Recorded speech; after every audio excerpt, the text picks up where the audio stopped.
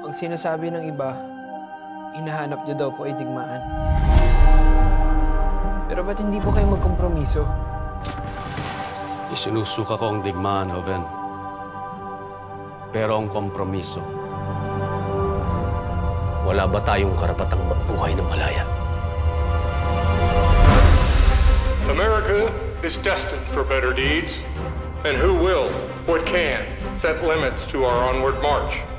Mapapalawak natin ang ating ekonomiya kung makikipagkalakal tayo sa kanila. Negosyo o kalayaan, bayan o sarili, pumili ka! Hindi gusto ng ilang politiko at negosyante ang iyong pamamalakad.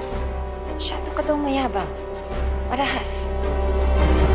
Walang nakaangat sa batas, kahit na presidente. General, baka may makadinig. Hindi makinig sila. Baliw ka talaga, Luna. Anong gagawin natin sa kanya? Nasubukan mo na bang huliin ang hangin? Sabihin mo sa ating mga kababayan na hindi nakakamit ang kalayaan sa pag-aaruga sa kanilang mga mahal sa buhay. Kailangan nilang magbayad. Ano pong kabayaran? Dugo at pawis. Kailangan nilang tumalon sa kawalan. Isang direksyon lang pag-uumtok! Huwag aksihin ng bala! Huwag! Sugat mga kababayan! Unleash hell!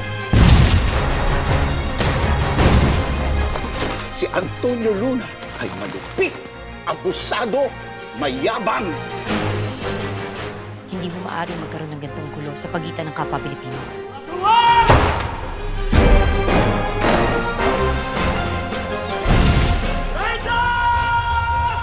Si Luna ang pinakamahusay kong general. Mga kapatid, mayroon tayong mas malaking kaway kaysa mga Amerikano. Ang ating sarili.